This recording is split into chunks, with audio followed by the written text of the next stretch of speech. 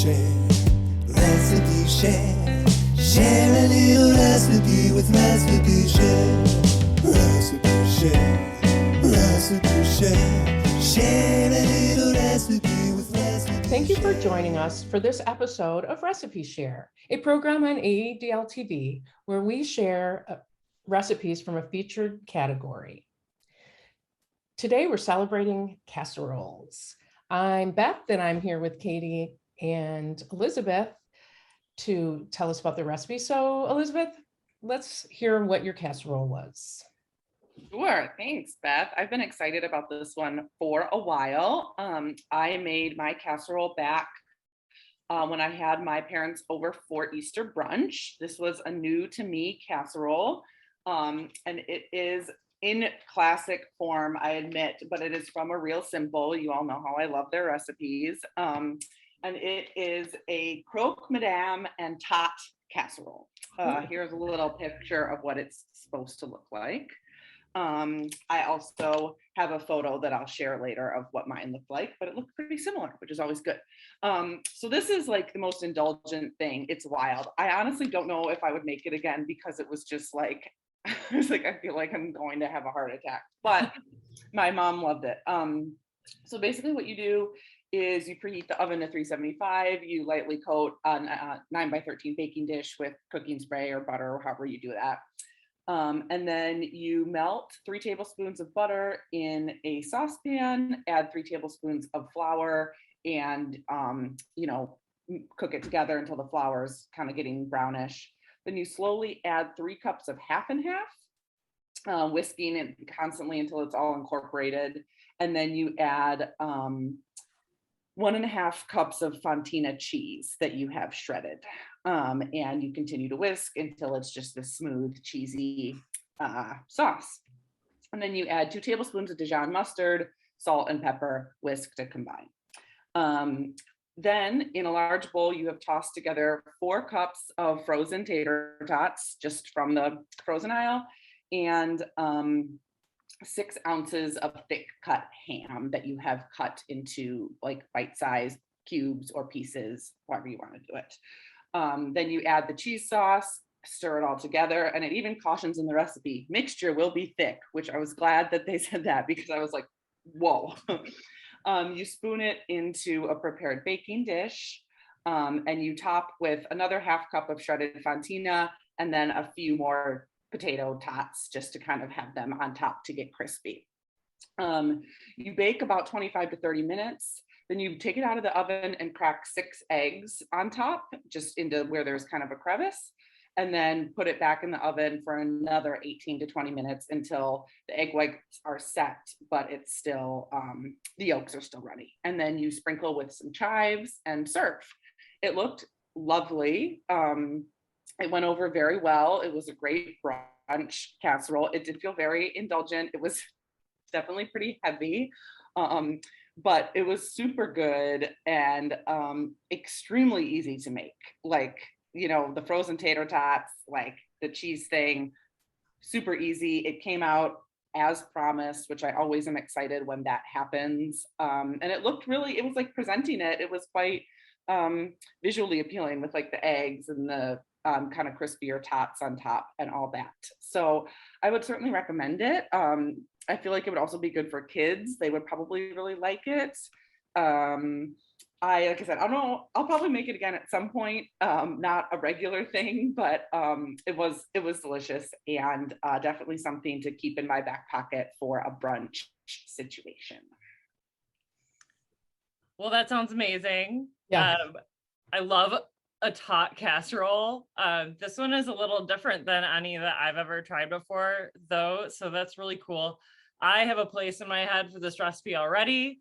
I'm gonna take it to the cabin before we do some hard work for the day, get everybody loaded up with a hearty breakfast, and we'll be good to go. Can you tell me a little bit, though, about fontina cheese? I'm not very familiar with it. Yeah, I would just say it's similar to Gruyere. I'm not saying that wrong. If you know what that is, it's just a melty, it's a white cheese that melts really well. So I think that's what they mentioned, like you just want a really melty white cheese. So it's like I believe it's an Italian version of like a Swiss cheese, like a Gruyere, yeah. Yeah. So, Yeah, super good. yeah, Sounds good. but I bet you could use any number of cheeses, but it has a little, like, does it have a little tang to it? A little bit, and it's quite soft for the, Yeah. you know, so it's that, I think that's the main thing. Like a cheddar would be hard to use because I just don't think it would melt right. Sure. So, yeah. Mm, that really does sound good. Mhm. Cool. All right, Katie, what's your casserole? Okay, so the casserole that I'm sharing is a chicken parmesan casserole. This particular one is from the website Hungry Girl. And I think it's been a number of years since I've printed this out and put it in my recipe binder. I've been making it for a while because it's so easy. This is like the easiest chicken parm recipe ever in a casserole form, right? So there's basically like three parts of it. You have your chicken, your sauce, and your topping. So you start out by making your sauce. And Beth, this is really similar to the sauce that you made for Toddler Friendly for the pasta bar. So you just take crushed tomatoes and you mix in garlic powder, onion powder, and Italian seasoning. And then I put in crushed red pepper flakes too, just because I like a little spice. This is a lovely sauce for this recipe, but you can also use it as a pizza sauce too. Like you don't have to buy pasta or pizza sauce. I'm starting to realize like you can, as long as you have crushed tomatoes and some spices, you're good to go. So there's that. And then you make your breadcrumb topping. It's got breadcrumbs, Parmesan, garlic powder, onion powder, salt and pepper, mix that up. And then you're going to cut up your chicken into bite-sized pizzas and put it in this says 8x8 baking pan. I've done that. I've also used a 9x9 casserole dish, just up the ingredients a little bit. Works great either way. You put your chicken into your pan and then season it with garlic powder, onion powder, salt and pepper, and some fresh basil over top of that. Then you put in your tomato sauce and then some mozzarella and Parmesan cheese over that. Then some your breadcrumb mixture, the entirety of that, and then some more mozzarella on top of that. This recipe does have cheese measurements, which I never use. So I always just sprinkle as much cheese as looks good to me, which is always more than this recipe calls for. So I like a cheesy casserole. So you just put it in the oven for about 30 minutes until it's hot and bubbly. I have a picture of it coming out here. You can serve it right away, let it cool a little bit and serve it right away. I usually serve it with green beans as seen in this picture, but I do think this recipe is definitely better as leftovers. I like this always better. The second day, the flavors get a chance to meld together overnight and it's just super tasty. And just recently, something that I've discovered that you can do with this recipe is take a couple of pieces of toasted bread and serve the casserole up as a chicken Parmesan sandwich. And that is awesome. So chicken Parmesan and casserole. Very cool. Sounds easy and so easy. And the chicken goes in raw initially and cooks with everything else, right? Yep, that's right. It just all cooks together. And yeah, it's so easy. Something that I often do will be make this at the beginning of the week and then just eat it for lunch the rest of the week. It's so simple. It comes together real quick. Do you use chicken breast usually? Mm-hmm. Okay. Yep. Okay. Yeah. Cool. Well, Beth, tell us about your casserole. Well, let me tell you, there's always a story behind mine.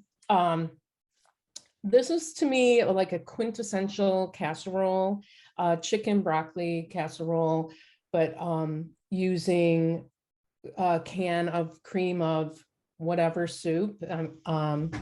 Could be chicken, broccoli, or celery, any of those, but a can of cream soup, cup of sour cream or Greek yogurt. And I don't measure either, but and a half cup of mayo, and then a little tablespoon of lemon juice, and then 2.5 cups of grated cheese. So you put the rice in a layer, and then you cook the chicken, which typically called for chicken breast, but I use thighs.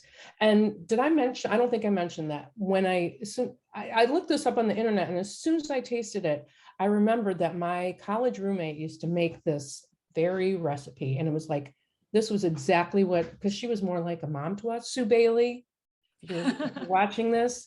And she would make casseroles and stuff. So, it's a basic thing. Throw all the sauce stuff together with the chicken and the broccoli and pour it over the rice, and then add cheese to it. But it's very good. And here's a picture. But I had a theory in mind once I made this actual casserole, and that was, do the ingredients, the can of soup, the sour cream, and the lemon juice, and that and cheese, will that make anything into a delicious recipe? And so I sought out some subpar ingredients, and just to test my theory. And those were there was some freezer burned pork that I had in my freezer. I cut it up into little pieces, and then I don't remember, it was like some old freezer burned, it wasn't broccoli. I think I put in not freezer burn, but it was just something, cauliflower and broccoli. And let me tell you, it really perked it up. It was like, if you add stuff like that, anything's going to taste good. So I've got a picture of the subpar ingredient casserole. They look pretty much the same, but it was a great way to use up, instead of throwing away this pork. It wasn't a whole ton of it, but yeah. So when you're in doubt, throw in a bunch of creamy stuff and you'll have a really tasty casserole.